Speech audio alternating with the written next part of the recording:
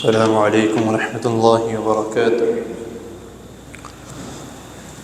الحمد لله الذي هدانا لهذا وما كنا لنهتدي لولا أن هدانا الله. اللهم صل وسلم على نبينا محمد صلى الله عليه وسلم. أما بعد، أعوذ بالله السميع العليم من الشيطان الرجيم من همزه ونفسه ونفخه.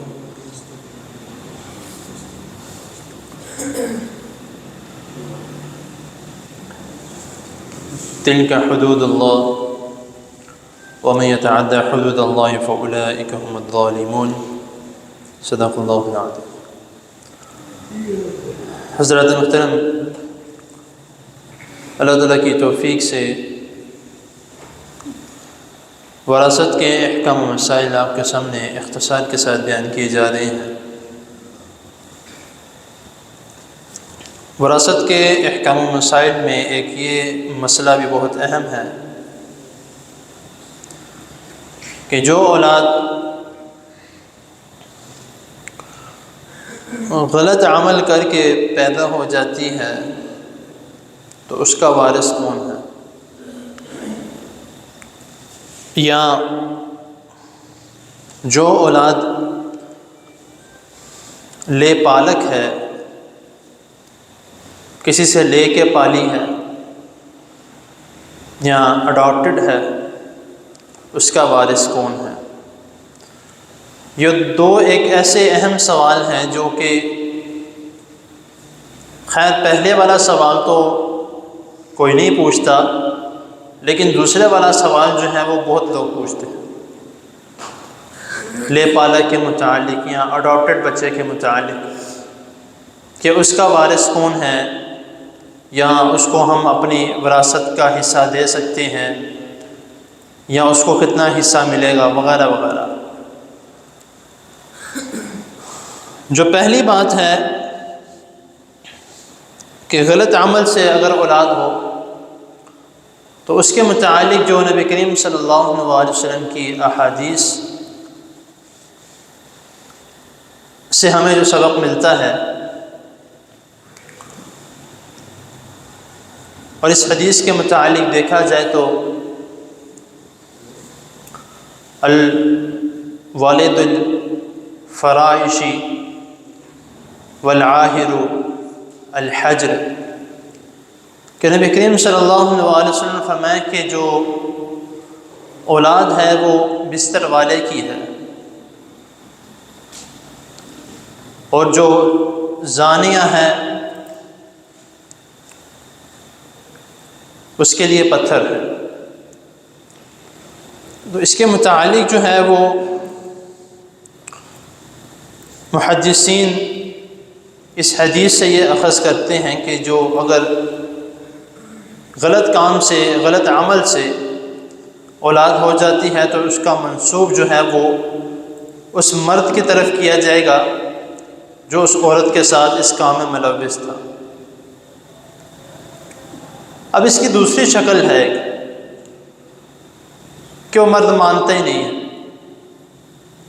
کہ میں نے تو کوئی اس طرح کا کام نہیں کیا، یہ عورت میرے پہ غلط الزام لگا رہی ہے.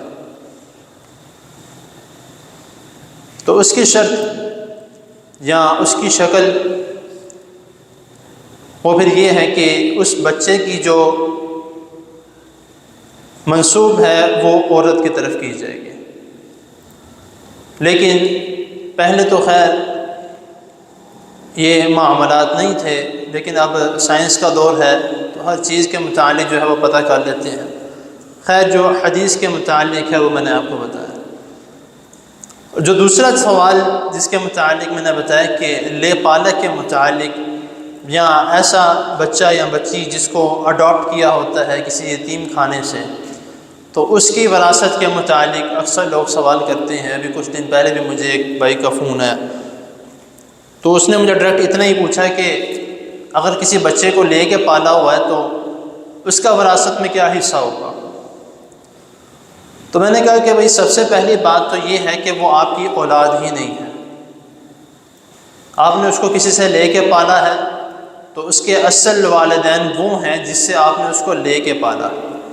پھر اس نے ایک اور سوال کیا کہ اگر اس کے والدین کا ہی نہ پتہ ہو تو پھر، اور ہم نے اس کو بچپن سے پالا ہے یا ہم اس کو کسی یتیم خانے سے لے کر آئے ہیں، تو پھر تب بھی اس کو یہی جواب دیا کہ اس کے والدین وہی ہیں جنہوں نے اس کو جنم دیا ہے۔ اور سورۃ النور میں اللہ رب العزت نے اس کے متعلق سختی سے ڈانٹ ڈپٹ بھی کی ہے کہ جو لے پالک ہیں ان کا نام ان کے باپوں سے لے کے پکارو، اپنا نام نہیں تم ساتھ لگا سکتے۔ اب اکثر اس طرح ہوتا ہے کہ کسی کو لے کے پالا ہوتا ہے تو ہمارے جو دنیاوی قانون ہے اس کے ذریعے سے جو ہے وہ ہم اس کے لیے اپنا نام جو ہے وہ کروا سکتے ہیں، کیونکہ ان کو اس بارے میں علم نہیں ہے، نہ انہوں نے اس چیز کا ڈی این اے ٹیسٹ کرنا ہے، انہوں نے تو جو آپ اسے اندراج کروائیں گے انہوں نے وہ کر دینا ہے۔ لیکن جو قرآنی مسائل جو ہیں اور جو اللہ رب العزت نے جس کے متعلق ہمیں بتایا ہے وہ ہمیں پتہ ہے، اگر اس کے مطابق نہیں چلیں گے تو دنیا میں تو خیر بچ جائیں گے لیکن آخرت میں نہیں بچ سکتے۔ اور اکثر کئی مرتبہ اس طرح ہوتا ہے کہ جن کے ہاں اولاد نہیں ہوتی تو وہ کسی سے لے لیتے ہیں یا اڈاپٹ کر لیتے ہیں، تو پھر وہ کہتے ہیں ان کو اپنی اولاد بھی بنا لیتے ہیں، اور اولاد بنانے کے بعد جو ہے وہ کہتے ہیں کہ اب میرا ایک وارث ہے، اب میں جاؤں گا میری وراثت جو ہے وہ کسی صحیح ہاتھوں میں چلے جائے گی۔ یہ ایک دنیا کا عمل ہے، آخرت میں یہ عمل جو ہے وہ سراسر جب اللہ تعالیٰ کے سامنے حاضر ہوں گے تو اس کا جواب دینا پڑے گا۔ اور اب دوسرا عمل ایک یہ ہے کہ وہ اپنے کسی کو لے کے پالتا ہے اور اس کو اپنا بیٹا تصور نہیں کرواتا، مطلب اس کو یہ بھی علم ہے کہ یہ طریقہ کار غلط ہے کہ اگر میں اس کو اپنا نام دیتا ہوں تو اب آگے جو ہے اب اس کی وراثت یا نہ تو وہ اس کا وارث ہے اور نہ ہوئی اس کا وراثت کا مال اس کو مل سکتا ہے۔ لیکن ایک طریقہ ہے، وہ آ جاتی ہے آ جا کے وصیت۔ اگر اس نے اس بچے کو لے کے پالا ہے، ظاہری سی بات ہے اس نے اپنی ایک زندگی گزاری ہے، جو اس نے کمایا اس پہ لگایا ہے، تو وہ چاہتا ہے کہ میرا جو وراثت کا جو میری تو کوئی اولاد نہیں ہے، اب میری جو وراثت ہے وہ تقسیم ہونی ہے رشتہ داروں میں، اور تو کوئی نہیں ہے، رشتہ داروں میں تقسیم ہوگی، لیکن میں نے جس بیٹے کو پالا ہے جس بیٹی کو پالا ہے میں چاہتا ہوں اس کے لیے بھی کچھ کر کے جاؤں، تو پھر اس کا سب سے بہترین طریقہ ہے کہ اپنی جتنی بھی وراثت ہے اس کی وصیت کا، یعنی جو طریقہ کار ہے وصیت کا کہ اس کا تیسرا حصہ جو ہے وہ اس کے نام کر سکتا ہے، وہ اتنا اس کے لیے کر سکتا ہے، اس کے علاوہ اپنی پوری نہ تو وراثت اس کے نام وصیت کر سکتا ہے، نہ ہی اس کے مرنے کے بعد اس کا وارث وہ ہوگا۔ تو یہ وصیت کے ساتھ جو ہے جو اللہ رب العزت نے ہمیں اس چیز کا حق دیا ہے تو اس کے ساتھ جو ہے وہ اپنا کام کر سکتا ہے۔ لیکن جو میں نے پہلے 2-3 باتیں بتائی ہیں کہ اس کو اپنا نام دینا یا اپنا نام اس کے ساتھ اندراج کروانا، یہ سراسر جو ہے وہ قرآن و حدیث کے خلاف ہے، اس سے ہمیں بچنا چاہیے۔ اللہ تعالیٰ کی حضور دعا ہے اللہ تعالیٰ ہمیں جو سنا اس کو سمجھنے کی، اس پر عمل کرنے کی توفیق عطا فرمائے۔ اس کے بعد ایک اور جو ہے وہ مسئلہ اکثر سننے میں بھی آتا ہے، خیر بہت زیادہ نہیں ہے لیکن اس کے متعلق بھی ہے کہ ولد لعان سے کیا مراد ہے، انشاءاللہ تعالیٰ اگلی نشست میں اس کے متعلق بتائیں گے۔ تو اللہ تعالیٰ کی حضور دعا ہے اللہ تعالیٰ ہمیں جو سنا اس کو سمجھنے کے، اس پر عمل کرنے کی توفیق عطا فرمائے۔ جزاکم اللہ۔